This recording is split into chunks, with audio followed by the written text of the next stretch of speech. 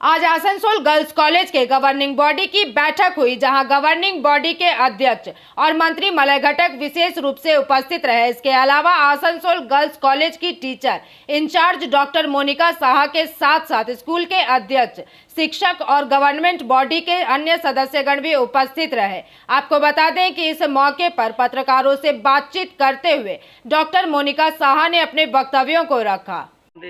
মন্ত্রী কলেজে যে এসেছিলেন কিসের নিয়ে কি এটা আমাদের কলেজের উন্নয়নে এবং কলেজের বিভিন্ন ডিসিশন মেকিং এর ক্ষেত্রে আমাদের গভর্নিং বডি মিটিং আমাদের করতে হয়, যেখানে আমরা কলেজ চালানোর ক্ষেত্রে বিভিন্ন বিষয়গুলো নিয়ে ডিসিশন নিই। এবং আমাদের যেহেতু গভর্নিং বডির মন্ত্রী মহাশয় শ্রী মলয় ঘটক মহাশয় আমাদের জিবির প্রেসিডেন্ট, সেই জন্যই উনি আজকে এসেছিলেন এবং আমাদের কলেজের বিভিন্ন টিচার, নন টিচিং এবং কলেজের উন্নয়নমূলক বিভিন্ন যে বিষয়গুলো সেইগুলো নিয়ে এখানে ডিসিশন হলো এবং সবই ভীষণ ইতিবাচকভাবে আলোচনা হন, কারণ উনি ভীষণভাবে কলেজগুলোতে সহমত পোষণ করেন যাতে এই কলেজগুলো ভীষণ ভালোভাবে আমরা চালাতে পারি।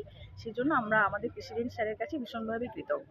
আচ্ছা ম্যাম, কোনো নতুন কলেজের জন্য নতুনভাবে কোনো কিছু উন্নয়নের করা নতুনভাবে বলতে আমরা কলেজের দিক থেকে এক হচ্ছে আমাদের দুটো দিক থাকে, একটা হচ্ছে ইনফ্রাস্ট্রাকচার ডেভেলপমেন্ট, আর একটা আমাদের থাকে একাডেমিক দিকগুলো।